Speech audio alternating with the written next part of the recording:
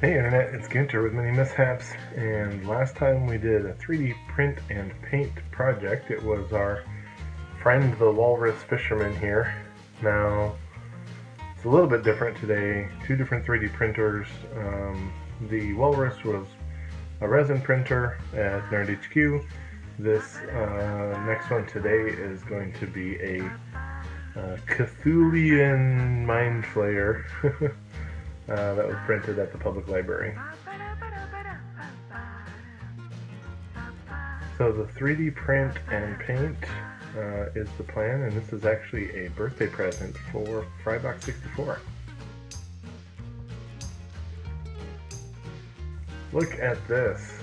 This is with the raft still on it, but I just love how this turned out. Like, this could be sarcophagus or bas relief on a wall. It just really, the print, the way it was laid out on the raft there, which is their process of the library, really looked cool even before here, where I'm agonizing over removing the supports.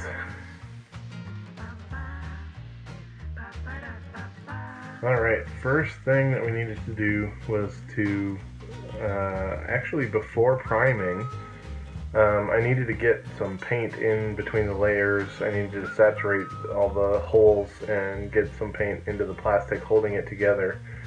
So it looked only like we did a base primer of black, but that was actually lots of coats, several coats, to kind of glue the thinner parts of the miniature in place and give them a little strength.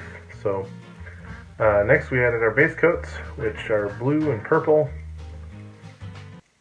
And I found this base. It was part of a Kickstarter that I did, and I like the idea. It's actually got what I think are supposed to be vines, maybe, but it's going to be definitely like Far Realm Tentacles alien landscape instead. My positive thought here, while I'm starting to add some details to the landscape, was just the idea of the miniature and the base are both separate works of art, but you can make them to go with each other. And normally it's a miniature that I'm making gets a basic base, or it's a fancy base that I'm making that doesn't have a specific miniature in mind. But in this case, we actually had a base and a miniature that went well together. They had a complementary paint scheme, and it also made things a lot faster than normal because I could go work on one while the other was drying and then switch after it was onto the next stage. It also gave me an opportunity to think about what colors are doing when they're on a base and a miniature. Like, if they're too similar, it just looks like the base is growing out of the miniature's foot. And if they're, too different, then they don't complement. So it was a good color theory experience.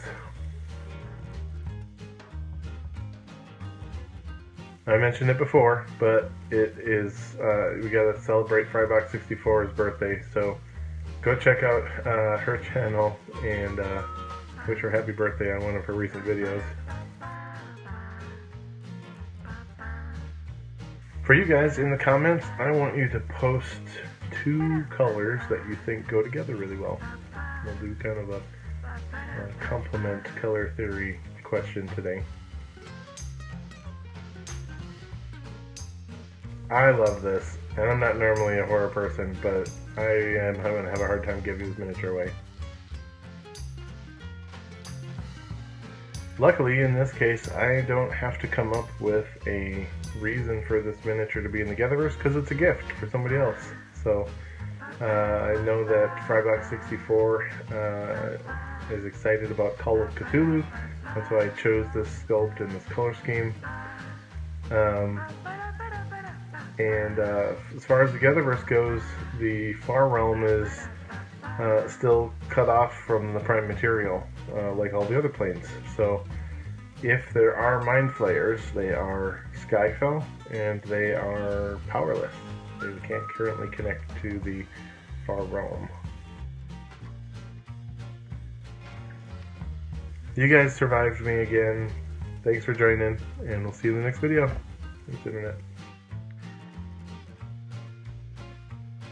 So we still have that 100 subscriber celebration coming.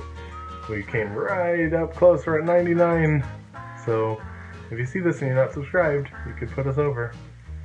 If we don't get it in the next day or two, then tomorrow is Squirrel Appreciation Day, and maybe we'll try and do a video for that.